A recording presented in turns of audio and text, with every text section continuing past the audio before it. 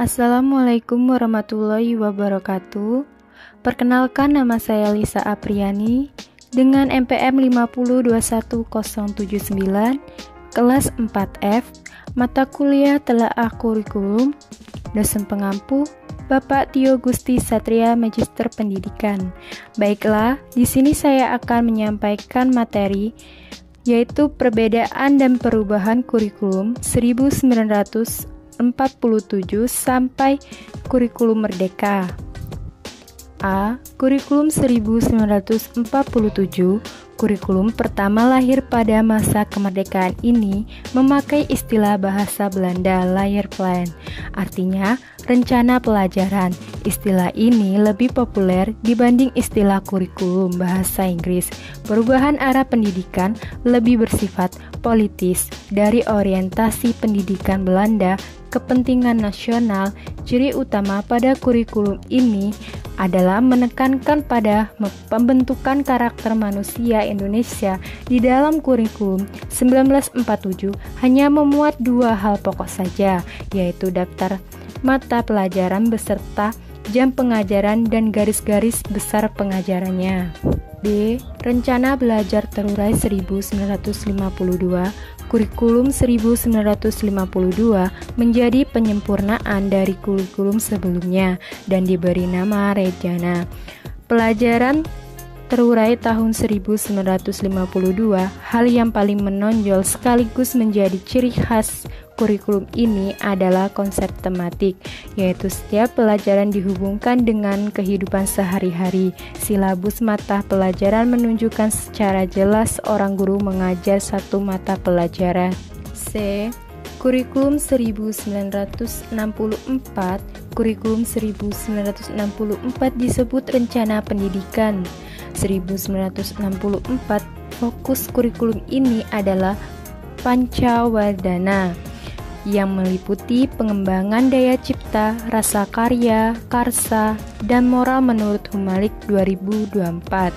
Pembelajaran yang dipusatkan pada program Pancawardhana adalah karena pokok-pokok pikiran kurikulum 1964 menjadi ciri kurikulum ini, yaitu bahwa pemerintah berkeinginan agar rakyat Indonesia dapat pengetahuan akademis untuk pembelajaran pada jenjang SD. Mata pembelajaran ini meliputi 5 kelompok bidang studi, yaitu moral, kecerdasan emosional atau artistik, keterampilan dan jasmania. Pendidikan dasar lebih mengutamakan pada pengetahuan dan kegiatan fungsional praktis. D. Kurikulum 1968. Kurikulum 1968 adalah kurikulum pertama yang dibentuk oleh pemerintah Orde Baru dalam kebijakan pendidikan di Indonesia. Pembuatan kurikulum 1968 bertujuan untuk menggantikan rencana pendidikan 1964 yang dibentuk Orde Lama. Dalam kurikulum 1968, pendidikan nasional ditunjukkan untuk membentuk manusia dengan ideologi Pancasila yang sehat secara jasmani maupun rohani serta memiliki kecerdasan dan keterampilan. E. Kurikulum 1975. Kurikulum ini mengarah pada pendidikan yang efektif dan efisien. Metode hingga materi pengajaran dirinci dalam prosedur pengembangan sistem instruksional PPSI atau dikenal dengan satuan pelajaran. Inilah yang kemudian memunculkan sejumlah kritik dari pelaksana di lapangan. Tujuan melakukan kurikulum ini adalah institusional. Kurikulum 1975 disetting agar siswa mampu mengembangkan pikiran dan memecahkan problem belajar dan kemajuan kehidupan. Siswa dipersiapkan agar dapat melanjutkan pendidikan selanjutnya atau mereka dapat bekerja setelah lulus sekolah. F. kurikulum 1994. Pada tahun 1994, pemerintah memperbarui kurikulum sebagai upaya memadukan kurikulum sebelumnya, terutama kurikulum 1975 dan 1984. Beberapa perubahannya mulai dari perubahan sistem pembagian waktu belajar dari semester ke caturwulan.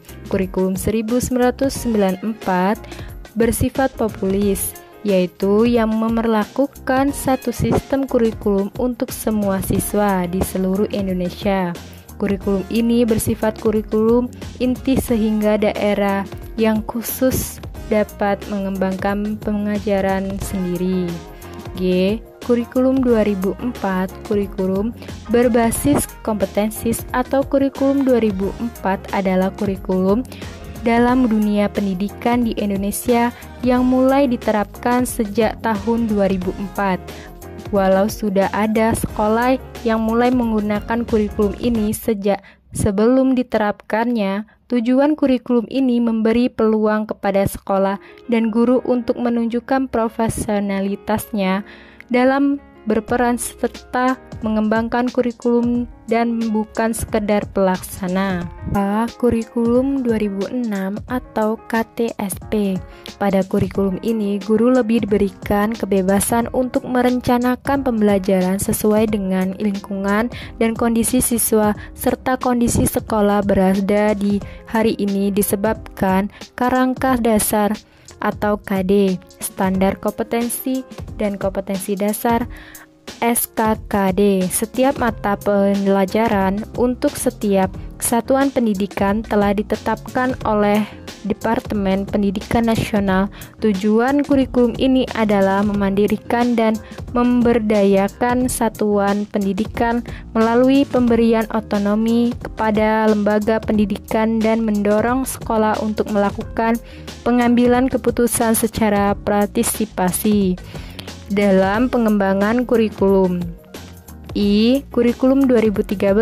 Kurikulum 2013 memiliki 4 aspek penilaian, yaitu aspek pengetahuan, aspek keterampilan, aspek sikap, dan perilaku. Pada kurikulum ini ada 2 kelompok mata pelajaran, yaitu mata pelajaran wajib dan mata pelajaran peminatan.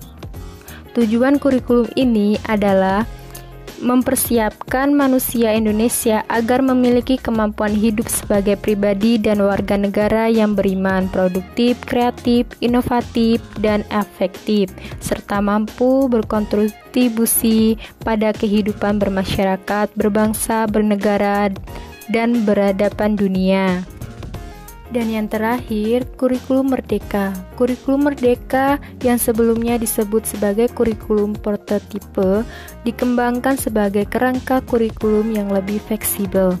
Kurikulum ini berfokus pada pengembangan karakter, kompetensi peserta didik, serta untuk mengasah minat dan bakat anak sedini mungkin, sehingga lebih mengurangi jumlah materi yang diberikan dan tugas yang mengharuskan siswa untuk menghafal.